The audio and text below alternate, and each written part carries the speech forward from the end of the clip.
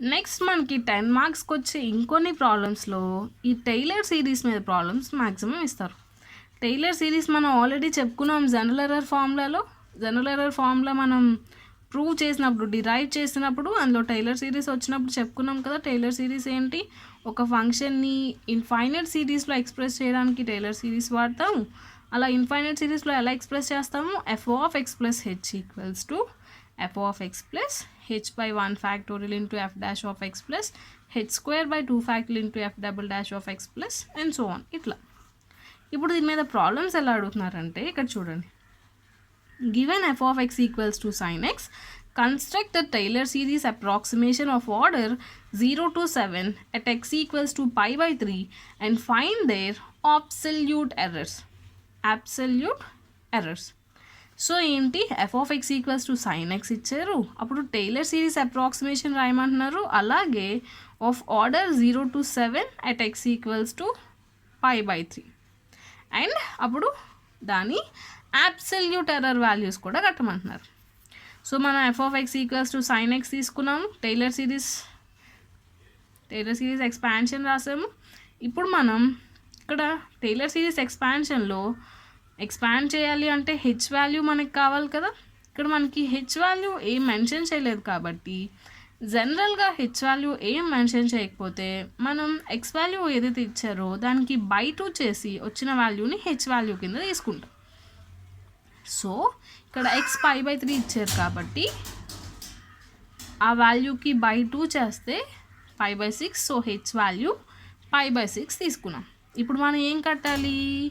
x equals to pi by 3 దగ్గర f(x) value కట్టాలి. అంటే sin pi by 3 వాల్యూ కట్టాలి.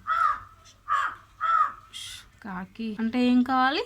sin pi by 3 వాల్యూ కావాలి. sin pi by 3 అంటే √3/2. దాని వాల్యూ అప్రాక్సిమేట్గా క్యాలిక్యులేట్ చేస్తే 0.8660254038 ఇంకా అట్లా వస్తూనే ఉంటుంది. ఇంతవరకు మనకు చాలండి. సో ఇప్పుడు మనం టైలర్ సిరీస్ యూజ్ చేసుకొని f(5/3) కట్టాలి అంటే π/3 మనం ఎలా రాసుకోవచ్చు? π/6 + π/6 అని రాసుకోవచ్చా? సో ఇప్పుడు ఇదే ఫామ్లో ఉంది. f(x + h) ఫామ్లో ఉంది. f(x + h) ఫామ్లో ఉంటే మనం టైలర్ సిరీస్ యూజ్ చేసుకొని రాయొచ్చు కదా. సో టైలర్ సిరీస్ అప్లై చేస్తే దీనికి ఏమొస్తుంది?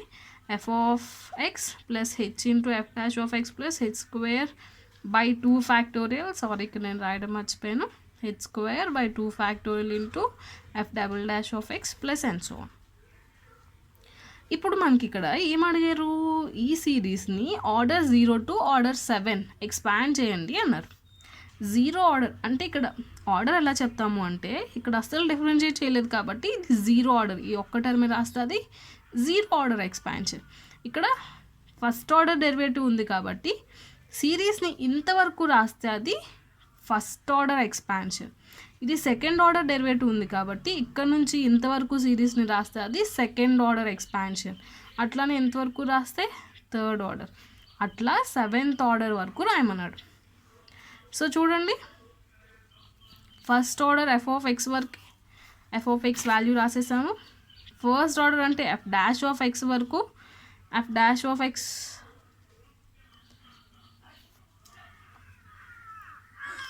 సో చూడండి 0 ఆర్డర్ అంటే f(x) వరకే. సో f(x) వాల్యూ చేసేసాము.